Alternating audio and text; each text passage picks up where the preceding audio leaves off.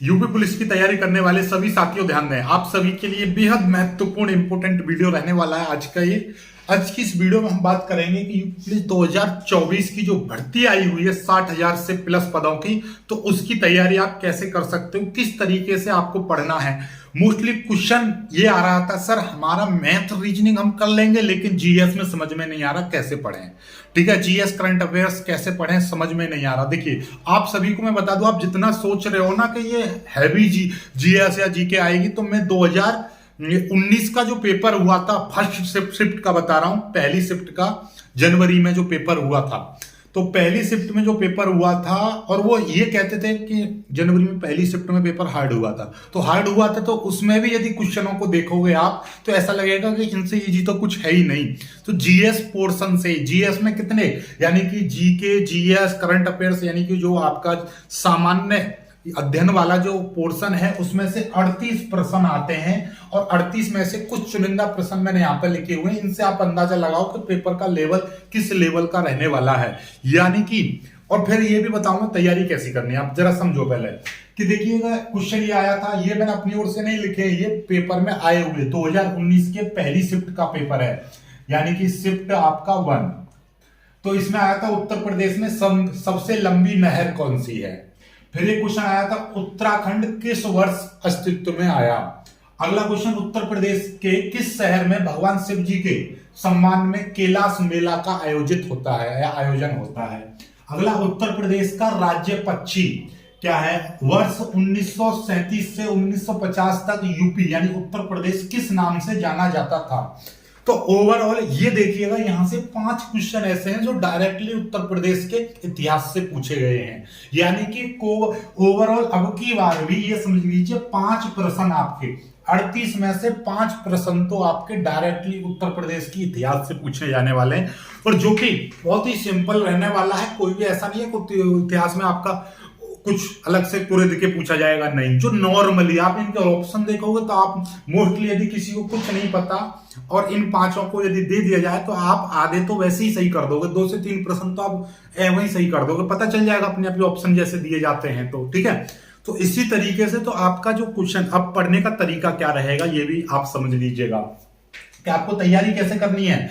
सबसे ज्यादा आपको यानी प्रीवियस ईयर के पेपर्स देखने हैं। प्रीवियस ईयर का पेपर यानी कि 2018 में जो पेपर हुआ था और 2019 में जो पेपर हुए थे, प्रत्येक शिफ्ट का पेपर देखिएगा, चारों यानी 2-2 बार में पेपर हुए थे, 2-2 शिफ्ट में, यानी कि 8 पेपर हो गए एक साल के। 8 दूनी 16 पेपर तो आपको वैसे ही मिल गए। अब 16 पेपर के आधार पर आप प्रैक्टिस सेट देखिएगा, प्रैक्टिस सेट कुछ कीजिए, मॉक टेस्ट दीजिए, और मॉक टेस्ट में जितनी भी गलतियां हों, जैसे कि मैथ का आपने मान लिया कार्य और समय का प्रश्न गलत कर दिया, पहला आपने मॉक टेस्ट यानी कि टेस्ट सीरीज ली, टेस्ट सीरीज 1 में आपने कार्य और समय का एक प्रश्न गलत कर दिया, तो ये लगा लो अपने दिमाग को, ये बता दो कि टेस्ट सीरीज 2 में मेरे को कार्य और समय पर इतना ध्यान देना है, इतनी तैयारी करनी है कि टेस्ट सीरीज 2 में कोई भी कार्य और समय से कोई भी प्रश्न आए तो उसे आप पूरी तरह से डन कर दो, यानी कि गलत ना करो।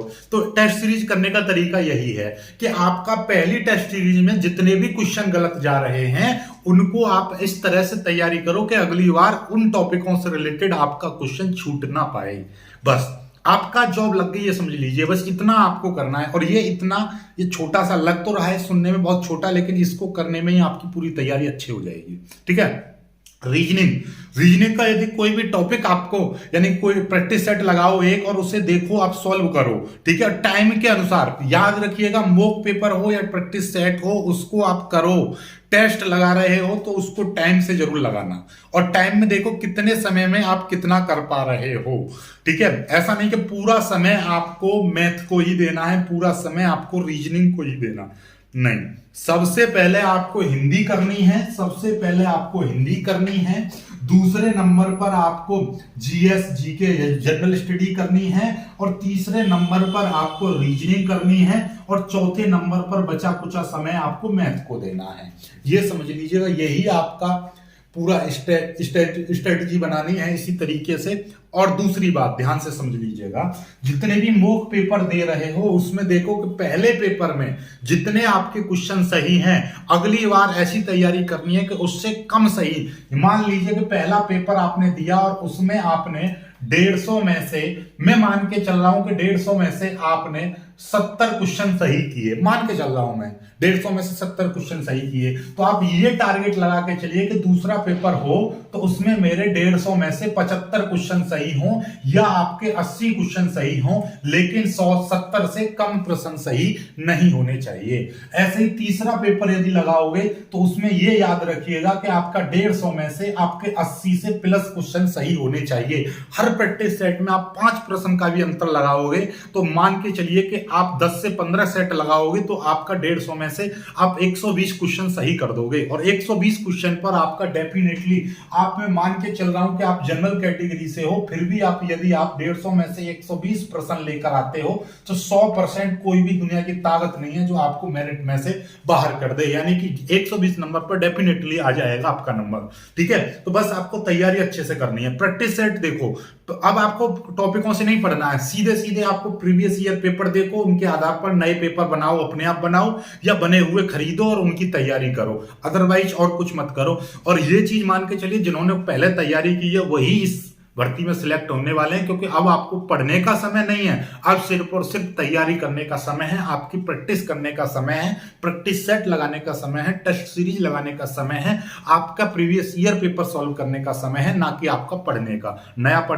पढ़ने वाले में कह रहा हूं नंबर आ ही नहीं सकता है, ये डेफिनेटली आप अपने दिमाग में रखिएगा। ठीक है, आई होप कि आपको समझ में आ गया होगा किस तरीके से पढ़ाई करनी है। जैसे कि ये पुराने क्वेश्चन आए हैं तो इनसे, जैसे उत्तर प्रदेश का राज्य पक्षी, तो हर चीज यानी राज्य स्तर पर जितनी भी चीज है, झंडा, हर चीज के बारे में, पशु पक्षी फूल, सब चीज के बारे में, पेड़ पौधे, हर चीज के बारे में जानकारी होनी चाहिए ताकि उनसे कोई भी प्रश्न आए तो आप कर पाओ।